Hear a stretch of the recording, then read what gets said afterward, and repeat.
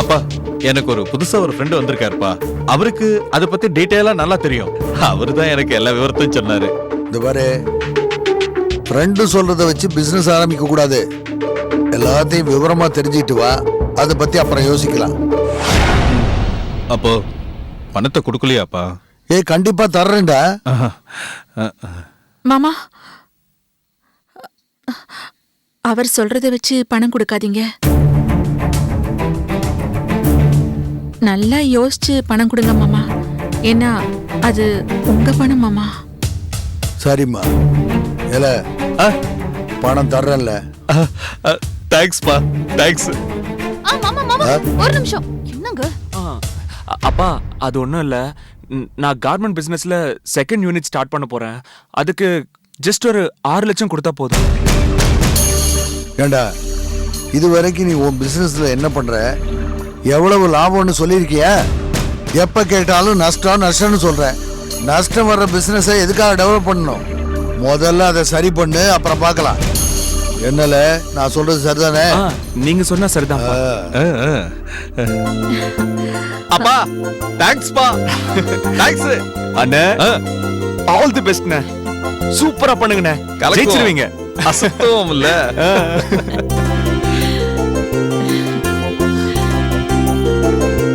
என்ன அத்தை? கதிர்வேல் மாமா கேட்டா மட்டும் மாமா பணம் தரேன்னு சொல்றாரு. நாங்க கேட்டா மட்டும் மாமா பணம் கொடுக்கவே மாட்டேங்கிறாரு. இப்ப பார்த்தாலும் நாங்க கையேந்தி நிக்கணும்னே ஆசைப்படுறீங்களா? ஏய், உன் கச்சேரி ஆரம்பிக்காத. கதிர்வேலுக்கு 5 லட்சம் கொடுக்கும்போது உன் புருஷனுக்கு கண்டிப்பா 6 லட்சம் கொடுப்பாரு. என் புருஷனை பத்தி எனக்கு தெரியும். ஐயோ, உங்க மேல எனக்கு நம்பிக்கை இருக்கு அத்தை. அது எப்படி அத்தை? உங்க கண்ணம் மட்டும் அப்படியே புசு புசுன்னு இருக்கு. குண்டா இருக்கேன்ல, அதான் அப்படி இருக்கு. போடி போ. ஒருத்தி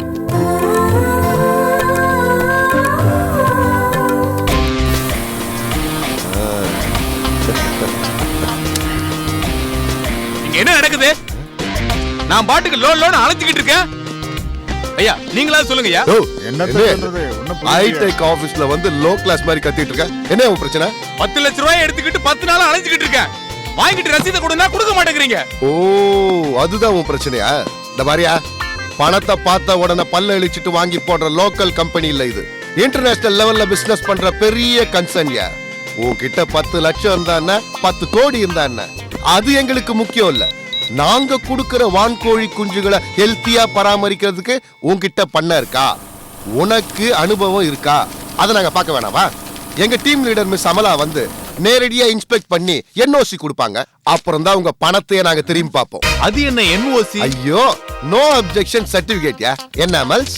என்ன கருப்ஸ், உருளைக்கிழங்கு என்ன சொல்லுது? எல்லாம் நீ பண்ற மார்க்கெட்டிங்னால அமல்ஸ். ஆபீஸ திறக்கிறதுக்கு முன்னால அவன் 5 லட்சம் 10 லட்சம் எடுத்துட்டு வந்து என்ன திட்டத்துல சேர்த்துக்கோன்னு கழுத்து அறுக்கிறானுங்க. நோ கருப்பு, கஸ்டமர்ஸ் தான் தெய்வம். அவங்க கிட்ட அன்பா நடந்துக்கணும். ஓ, குஞ்சு பெருசாயி கோழியான பிறகுதான் கழுத்து அறுக்கணும், அதுக்கு முன்னாடி அறுக்க கூடாதுன்னு சொல்ற. am I right? நைட் எல்லாம் பணத்தை எண்ணி ரொம்ப டயர்டா இருக்கு. யாராவது கையை பிடிச்சு விட்டா ரொம்ப நல்லா இருக்கும். மேடம், நான் வேணா கைய கால புடிச்சு விடுறேன் மேடம். அதுக்கு பதிலா இந்த 10 லட்சத்தை எடுத்துக்கிட்டு ரசீது போட்டு கொடுங்க மேடம். சாரி உருளைக்கிழங்கு, அதுக்கு வேற ஆள் இருக்கு. இந்த வரியா, இந்த மாதிரி கைய காலெல்லாம் புடிச்சு காரியத்தை சாதிக்க முடியாது. இன்னைக்கு ஈவினிங் மிஸ் அமலாவை உன் பண்ணைக்கு இன்ஸ்பெக்ட் பண்ண அனுப்புறேன். சார், நான் என் விரலுக்கு ஏத்த வீக்கமா ஒரு சின்ன பண்ணை தான் வச்சிருக்கேன். சின்ன பண்ணையா பெரிய பண்ணையான்றது முக்கியம் இல்லையா? நாங்க தர வான்கோழி குஞ்சுகளுக்கு தேவையானதை உன்னால தர முடியுமா? அதான் முக்கியம். நீங்க என்ன சார் சொல்றீங்க? தேவையான இடவசதி, 5 வேளை சாப்பாடு எல்லாம் சரியா இருக்கிறத விட கோழிக்கு கிளைமேட் தான் முக்கியம். சென்ட்ரலைஸ் ஏசி வேணா, அட்லீஸ்ட் ஒரு விண்டோ ஏசியாவது வச்சிருக்கியா? Window Asia? அதுவும் கோழி பண்ணைக்கா? ஏன் ஆபீஸ் ரூம்லயே ஏசி இல்லையே? அதுவும் பிரச்சனையா? ஆனா எனக்கு எங்க ஆபீஸோட ரூல்ஸ் அண்ட் ரெகுலேஷன் தான் முக்கியம். அப்புறம் எம்டி கிட்ட யாரையா வாங்கி கட்டிக்கிறத? ஆமாமா, எங்க எம்டி ரொம்ப ஸ்ட்ரிக்ட். ஃபாரின்ல படிச்சுட்டு வந்து இங்க கோடி கோடியா கொட்டிருக்காருன்னா சும்மாவா? சரிமா, அப்ப நான் கோழி பண்ணைக்கு ஏசியை போட்டு வந்து அப்புறமா வந்து உங்களை பாக்குறேன். அண்ணா, என்ன இங்க நின்னுட்டு இருக்கீங்க? ஆமா, எப்ப வந்தீங்க? நீ கோழி பண்ணைக்கு ஏசி போட சொல்லும் போதே வந்துட்டான்பா. அதுவா? சாரிண்ணே. அண்ணா, 1க்கு 10 லாபம் கிடைக்கிற பிசினஸ் தெரிஞ்ச உடனே அவன் பொட்டியை தூக்கிட்டு மூட்டையை கட்டிட்டு வந்து நிக்கிறானுங்க. ஆனா தராதரம் பார்க்காம யாரையும் சேர்க்க கூடாதுன்னு எங்க எம்டி ஸ்ட்ரிக்ட் கரெக்டா சொல்லிட்டார். இப்ப நீங்க இருக்கீங்க, உங்களை எங்க எம்டி கிட்ட கூட்டிட்டு போய் இத பாருங்க, இவர் எக்ஸ் கமிஷனர் வெற்றிவேல் அண்ணாச்சியோட பையன், எங்க ஊர்லயே பெரிய கோழி பண்ண வச்சிருக்கான்னு சொன்னா எனக்கு கெத்தா இருக்கும். 10 கோழி வச்சிருக்க அண்ணா காவடி பசங்க எல்லாம் கூட்டிட்டு போனா என் இமேஜ் டேமேஜ் ஆயிடும். ஆமாமாப்பா, நானும் அப்படிதான். தராதரம் தெரியாம நானும் யாருக்கிட்ட பழகிறது இல்ல. ஆனா நீ நம்ம கருப்பு கஷ்டப்பட்டு வளர்ந்து இவ்வளவு பெரிய ஆளா இருக்க, அதனாலதான் உங்ககிட்ட வியாபாரம் வச்சுக்கலான்னு வந்தேன். ஆமா கருப்பு, அன்னைக்கு நீ பேசுனதை வச்சு பார்த்தா நீ இதுல ஒரு பார்ட்னர் நினைச்சேன். ஆமாண்ணே, நானும் பார்ட்னர் தான். ஆனா என் முதலாளிக்கு தெரிஞ்ச ஒருத்தர் பாதி ஷேர் நல்ல விலைக்கு வாங்கிக்கிறேன்னு வந்தாரு, அதனால வித்துட்டோம். இப்ப அந்த ஷேர் வாங்கினாரு, அவரும் எம்டி தான். நீங்க அவரை சந்திக்கிறீங்களா? வேணாப்பா, வெறுங்கால என்னத்த பாக்குறது, இருக்கிறது ஒரே 1 லட்சம். ஆனா அப்பா 2-3 நாள்ல பணம் நிறைய தரேன்னு சொல்லிருக்காரு. அதையும் வாங்கி வந்து சேர்ந்துறேனே. அப்படியா? அமலா என்ன நினைக்குதுன்னா, எம்டியை ஏன் உங்களுக்கு இன்ட்ரோடியூஸ் பண்ண கூடாது அப்படின்னு நினைக்குது. அப்படிதான் அமலா? அட, ஒரு நிமிஷம் எம்டியை பார்த்துட்டு வந்துடுறேன்.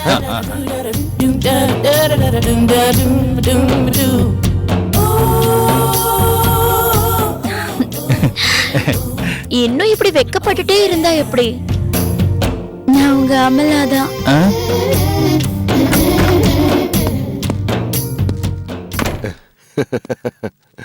சார், உங்க திட்டம் சூப்பரா ஒர்க் அவுட் ஆகுது சார். அந்த உருளைக்கிழங்கு கிட்ட 10 லட்சத்தை நான் வாங்காம நடிச்சதுல அண்ணாச்சி மகன் கதிர்வேலு அசந்துட்டா. விட்டா இன்னைக்கே மொத்த பணத்தை எடுத்துன்னு வந்து கட்டிடுவான் போல இருக்கு.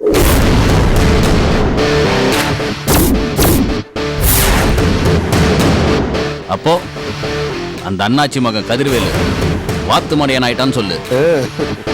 சரி, அந்த 1 லட்சத்தை அட்வான்ஸ்னு வாங்கி கல்லால போட்டுரு. Super sir.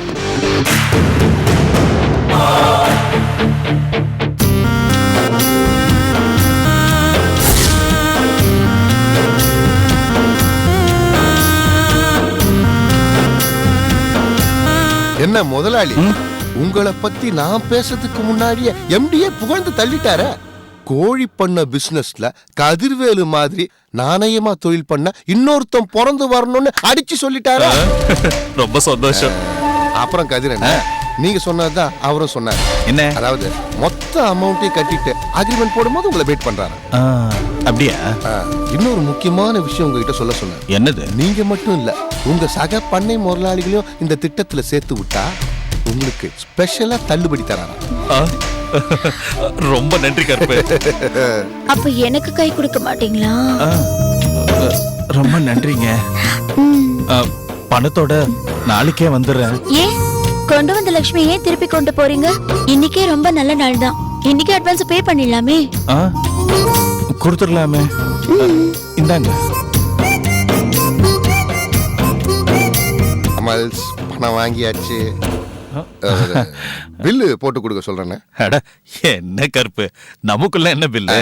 மொத்த பணத்தை கொடுத்துட்டு அப்புறமா பில்லு வாங்கிக்கிறேன். வரட்டே கருப்பு. ஓகே கதிர்வேல. எப்படியோ அமல்ஸ், இன்னைக்கு போனி பண்ணியாச்சு. கருப்பு, இவரு ரொம்ப நல்லவரா இருக்காரே. No sentiments.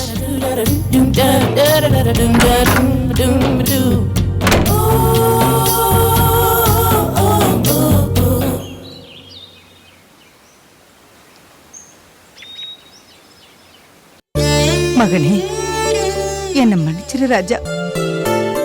இந்த வீட்டுல இருக்கிற யாருமே உன்னை நினைச்சு கூட பாக்குறது இல்ல. எல்லாருக்கும் அவங்கவுங்க வேலைதான் முக்கியமா போச்சு. ஆனா என்னால உன்னை மறக்கவே முடியல. பெத்தவளாச்சே, உன்னையே எப்பவும் நினைச்சுக்கிட்டே இருக்க. உன்னை குத்தி கொலை பண்ணவனை என்னால கண்டுபிடிக்கவும் முடியல, அவனுக்கு தண்டனை வாங்கி கொடுக்கவும் முடியல. என்ன மன்னிச்சிருக்கண்ணு. நாகவல்லி, நான் கேட்டதுக்கு பதில் சொல்லாம அங்க என்ன பண்ணிக்கிட்டு இருக்க? குலதெய்வம் கோயிலுக்கு போயிட்டு வந்த பிறகு பணம் தரேன்னு சொன்னேன்ல, இப்படி பாதியில கை விரிச்சா நியாயமா? ஆரம்பத்திலே சொல்லிட்டேன், இந்த அரசியல் கவுன்சிலர் பதவி இதெல்லாம் வேண்டான்னு. நீங்க கேட்கல.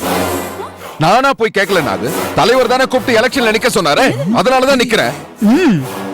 அப்படியே எலெக்ஷனுக்கான செலவு எல்லாத்தையும் உங்க தலைவரே கொடுத்துருவாருன்னு சொன்னீங்க. அதுக்கு ஆசைப்பட்டு தானே குலதெய்வம் கோயிலுக்கு போய் பூஜை போட்டீங்க? துக்கம் நடந்த வீட்ல 1 வருஷத்துக்கு இந்த வேலையெல்லாம் வேண்டான்னு சொன்னேன். என் பேச்ச கேட்டீங்களா? நாகு இப்போ ஒண்ணு கெட்டு போயில்ல. தலைவர் அப்புறமா பணம் தரேன்னு தான் சொல்றாரு. அத்தை, இதெல்லாம் ஒரு பெரிய மேட்டரே இல்ல அத்தை. பதவிக்கு வந்ததும் ஜனங்க கிட்ட மணி மணி பணம் பணம் துட்டு துட்டு காசு காசு அது இதுன்னு சொல்லி ஜனங்கிட்ட கறந்துடலாம். மாப்ள, எனக்கு காசு பணம்லாம் முக்கியம் இல்ல. உங்க பதவியை வச்சு இந்த குடும்பத்துக்காக நீங்க எதை சாதிச்சீங்க? ரிட்டையர் ஆகி செல்லா காசா இருக்கிற அந்த அண்ணாச்சிய 4 நாள் ஜெயில தூக்கி போட முடிஞ்சதா உங்களால? அத்தை, அது கூட பெரிய விஷயம் இல்ல. நம்ம அழகுதுறையை கொன்னவங்கள இன்னும் கூட இவங்களால கண்டுபிடிக்க முடியலையே. உங்க காசை போலீஸ், வக்கீல், கோர்ட்டுன்னு செலவழிச்சதுதான் மிச்சம். ஒண்ணும் தெரியாதுன்னு நினைச்சோம். இது கேக்குதுல்ல, பதில் சொல்லுங்க. ஏ சின்ன பொண்ணு, அத்தை ஏத்தி விடுறதுக்கு உனக்கு வேற நேரங்காலமே கிடைக்கலையா? உன் புருஷன் சம்பாதிக்கிறதுக்கு தோப்பு துறவுன்னு வாய்ப்பு இருக்கு. ஆனா எனக்கு தியேட்டர் கலெக்ஷன், கவுன்சிலர் எலெக்ஷன் தான் விதின்னு விதிச்சிருக்கு. அதுல ஏன் மண்ணள்ளி போடுற? ஆமா, உனக்கு சமையல் ரூம்ல வேற வேலை இல்லையா? போ, தயிர் கிடைச்ச மத்து கழுவாம இருக்குது, அதை நல்லா சுரண்டி தேய்ச்சி கழுவு போ. ஆமா, முதல்ல போய் அந்த வேலையை பாரு. ஆம்பளைங்க பேசுற இடத்துல உனக்கு என்ன வேலை? இங்க பாரு சின்ன பொண்ணு, எலெக்ஷன் ஒண்ணு வந்தாதா என் மாமாக்கு வேலைன்னு ஒண்ணு வரும். என் மாமாக்கு வேலைன்னு ஒண்ணு வந்தாதா பொட்டி பொட்டியா வீட்டுக்கு வரும். பொட்டி பொட்டியா ஒண்ணு வந்தாதா பணமா ஒண்ணு வரும். இதெல்லாம் தெரியாம உளற வாய் முடி. போதுங்க, பணம் பண்ணணும்னு சேர்த்து என்னத்தை கண்டீங்க? நம்ம அழகுதுறையை கொண்டு உங்களை கண்டுபிடிச்சிங்களா? ஏய், நீ சொல்றதெல்லாம் 100க்கு 100 நியாயமான விஷயம்தான். கொஞ்சம் வாயை மூடிட்டு சும்மா இருக்கியா? அம்மா, உங்க பரம்பரை பெருமைக்கு முன்னாடி அப்பாவோட அரசியல் செல்வாக்கு செல்லா காசுதான். அதை நான் ஒத்துக்கிறேன். ஆனா இது என்னைக்குமே இப்படியே போயிடாது. அதனாலதான் சொல்றேன், இப்ப நீங்க விதைக்கிறதெல்லாம் பின்னாடி ஈஸியா அறுவடை பண்ணிடலாம். அப்பா கேட்கிற பணத்தை குடுமா. ஏன்னா கவுன்சிலர் பதவிங்கிறது வெறும் ஒரு புள்ளி தான். ஆனா இந்த புள்ளில ஆரம்பிச்சு தான் எம்எல்ஏ, எம்பி, மந்திரின்னு பெரிய பெரிய கோலம்லாம் போட முடியும். அப்படி அப்பா கொஞ்சம் கொஞ்சமா வளர்றப்ப அந்த அண்ணாச்சி துண்டா காணும் துணிய காணும்னு இந்த ஊரை விட்டு ஓடுறே இல்லையான்னு பொறுத்து இருந்து பாருங்க. அதனால அப்பா கேட்ட பணத்தை கொடுத்துருவோம்.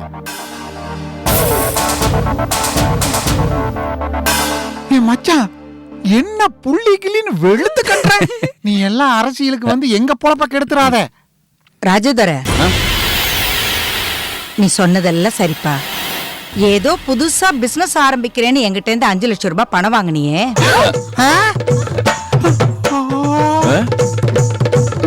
அத உங்க அப்பாவோட அரசியல்ல விதையா விதைச்சு அறுவடை நடத்து. அதுக்கப்புறம் நான் தரேன். தள்ளு ரமாமணி.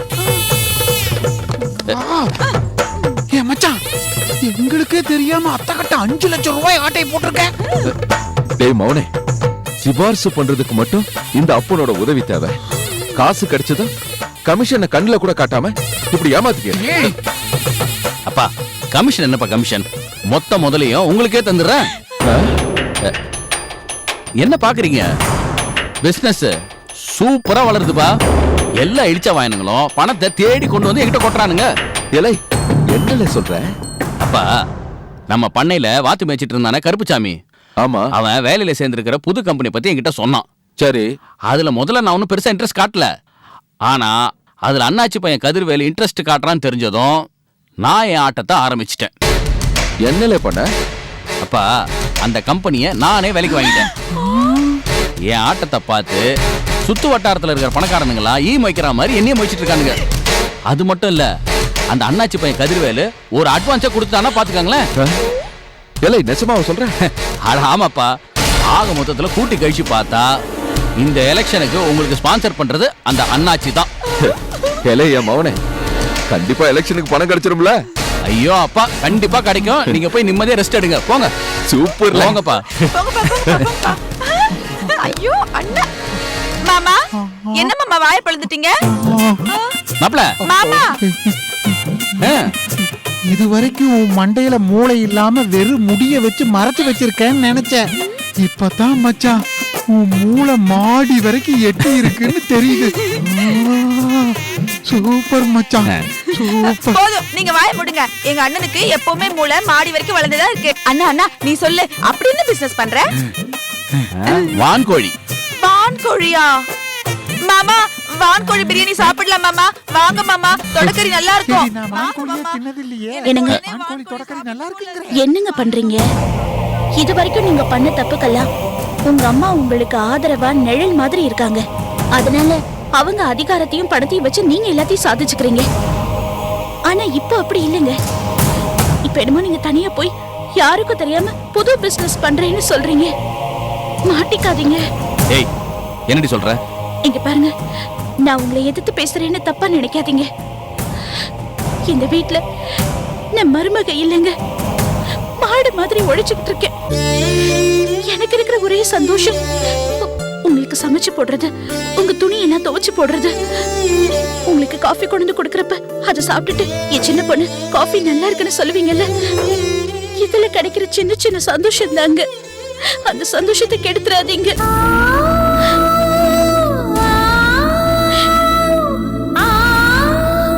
என்னங்க, நான் சொல்றத கொஞ்சம் கேளுங்க. ஏய், உனக்கு வேற வேலை இல்ல, போடி. என்னங்க?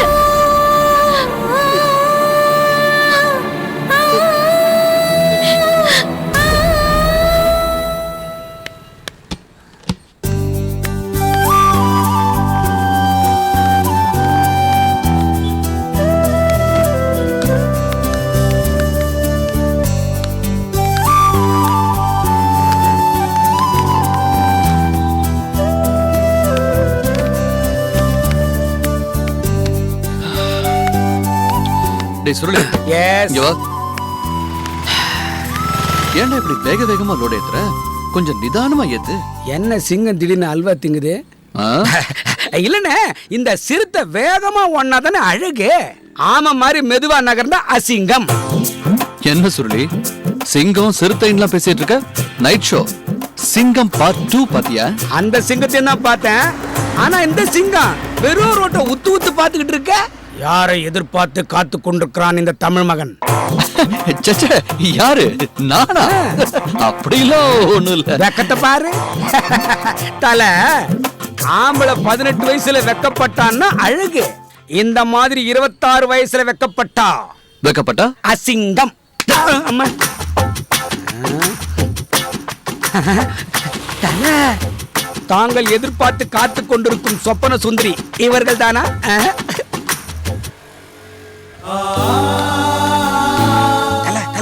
அவங்க தானே. நீ வேலைக்கு சேர்ந்தே இன்னும் 24 மணி நேரம் கூட ஆகல, அதுக்குள்ள எப்படி இதெல்லாம் தெரிஞ்சுக்கிட்ட? இதுக்கு 24 மணி நேரம் தேவை. ஏன்னா அவங்க 500 மீட்டருக்கு முன்னால வரும்போது உங்க முகம் ஜிவ்வுன்னு செவந்து போச்சு. போதா குறைக்கு சீப் எடுத்து தலைய வர ஆரம்பிச்சிட்டீங்க. அப்பவே தெரியல வர்றது அண்ணிதான் கன்ஃபார்ம் பண்றதுக்கு. ஏய் ஏய், ஓவர் ஸ்பீட்ல போகாதடா, முட்டிட போகுது. முட்டிட்டா போச்சு. என்ன சொன்ன? என்ன சொன்ன? என்ன சொன்ன? தல காது விடு. என்ன சொல்லியா? என்ன துன்புறுத்தத்தை விட்டுட்டு அண்ணி வராங்க, போய் பேசுங்க, போய் பேசுங்க. இருடா, வரட்டு பேசலாம். தல அண்ணி சூப்பரா இருக்காங்க. நீ போய் கேன் எடுத்து வை, போ. புதுசா வேலைக்கு சேர்ந்திருக்கான், அதான் அடிச்சு வேலை கத்து கொடுக்குறேன். இது ஏன் வண்டி? சொந்த வண்டி. அன்னைக்கு காக்கி சட்டையோட வந்து புதுசா பிசினஸ் பண்றேன்னு சொன்னீங்க. இன்னைக்கு நான் வர வழியில நின்னு உங்க வண்டியை காட்டுறீங்களா? ஐயோ, உங்களுக்கு வண்டியை காட்டுறதுக்காக தான் இந்த பக்கம் வந்து நினைச்சீங்களா? நிஜமாவே சுந்தரபுரத்துக்கு சப்ளை பண்ண போயிட்டு இருக்கேன், அதான் லோடு ஏத்திட்டு இருக்கேன். ஆமா, நீங்க எங்க இவ்வளவு தூரம் வந்திருக்கீங்க? கோவிலுக்கு போனேன். அன்னைக்கு அந்த கொலைக்காரனை இங்க தானே பார்த்தேன். அதான் இந்த பக்கம் எங்கேயாவது இருக்கானான்னு பார்த்துட்டு போலான்னு வந்தேன். அப்ப சமையல் வேலையை விட்டுட்டு போலீஸ்ல சேர்ந்துறதுன்னு முடிவு பண்ணிட்டீங்களா? என்ன சொல்றீங்க? மறுபடியும் அந்த கொலைக்காரனை தேடி தானே இவ்வளவு தூரம் வந்திருக்கீங்க, அதனால தான் கேட்டேன். சேச்சே, அப்படிலாம் இல்ல. போலீஸ் கண்டுபிடிக்கதோ இல்லையோ, நீங்க சத்தியமா கண்டுபிடிப்பீங்க நான் நம்புறேன். நானா? எப்படி என் மேல அவ்வளவு நம்பிக்கை? அன்னைக்கு கொலைக்காரனை நான் பார்த்தேன்னு சொன்ன உடனே நீங்க கோவப்பட்டீங்க பாருங்க, அதை வச்சுதான் சொல்றேன். என் தம்பியை கொன்னுட்டு அவன் இந்த ஊர்ல தான் சுத்திக்கிட்டு இருக்கானா, அவனை சும்மாவை விட முடியும்? சக்தி, அடுத்த தடவை நீங்க அவனை பார்த்தா தனியா அவனை பிடிக்க முயற்சி பண்ணாதீங்க, எனக்கு தகவல் கொடுங்க. அப்படி இல்லைன்னா பக்கத்துல யாரையாவது கூப்பிட்டு அவனை பிடிங்க. இவன் ஒருத்தன் ஏய் வேலையை பாரு. என் வேலையை நான் ஒழுங்கா தான் பாக்குறேன். நீங்க தான் இடியாப்பம் புழிறீங்க. சரி அப்ப நான் வரட்டுமா? இப்போ நீங்க எங்க போறீங்க? நானும் கூட வரேன். ஐயோ இப்பதான் புதுசா பிசினஸ் ஆரம்பிச்சிருக்கீங்க. இப்படி தேவையில்லாமலாம் சுத்தி பிசினஸ் லாஸ் பண்ணிடாதீங்க. நான் வீட்டுக்கு தான் போறேன். ஜாக்கிரதையா போங்க. பொசுங்குது.